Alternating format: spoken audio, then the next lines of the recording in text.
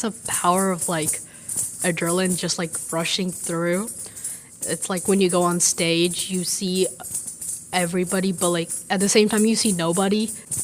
But the adrenaline when the music starts or if someone's singing it, I just can't describe it.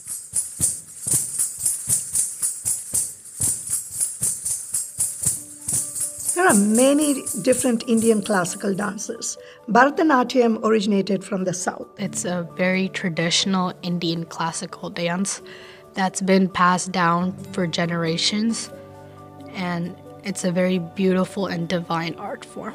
2,000 years back, Bharatanatyam was only coined about 7 decades back, that name. It was called as Sadir, is what it was called.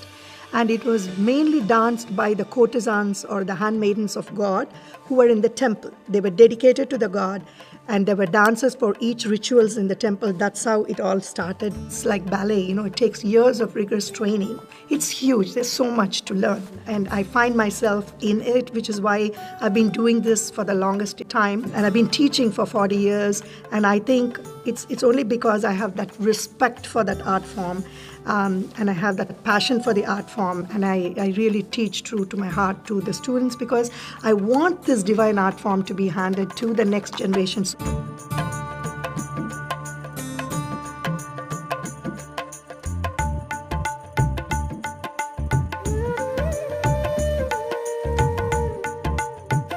I owe it to my mom.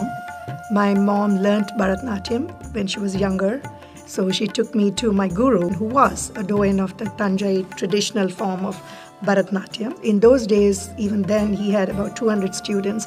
I was very blessed because I was one of his very rare private students that could have one-on-one class with him. So it all started there.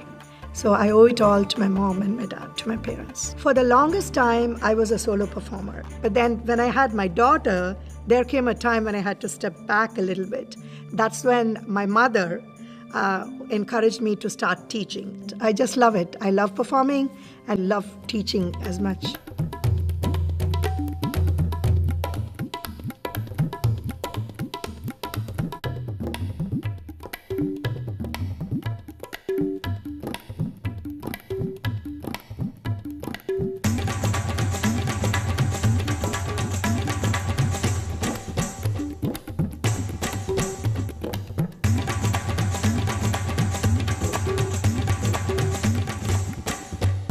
I got started with dance when I lived in India, and I would have friends that used to go to dance and do Bharatanatyam.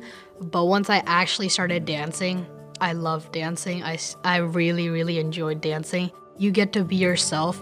I'll admit it's hard. When you first start, it's definitely hard.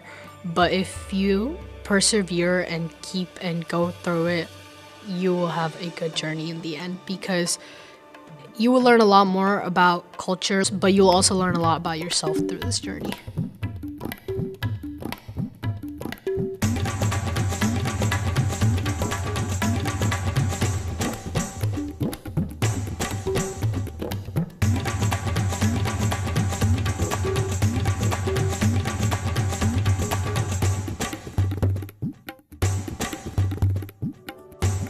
I think to preserve this dance form is needed because it's a very sacred dance form. I think that if more people learn about it, because there's so much to learn about it, so much to explore in it, and it's truly amazing. The feel when you dance is really, really awesome. And second of all, it helps me connect to my culture a lot more. As a person who's living in the US and not in India right now, there's so many things that I don't know culturally. So I think doing dance helps me to connect to my culture and connect to my family back in India. Every time I teach a student and they dance and they teach others, it's a part of me that they take with them. I feel like a part of me is kept alive. The tradition of my guru alive, the tradition of this beautiful, antique, divine art form alive. So I can't talk enough about it. Take the interest to learn it, persevere through it, don't give up. Don't lose sight of the goal. Keep that in mind and keep going, keep going, keep going. And the joy that comes from it is something that will be valued, and it's a joy that they will find in their life all the time. Let this art form live forever.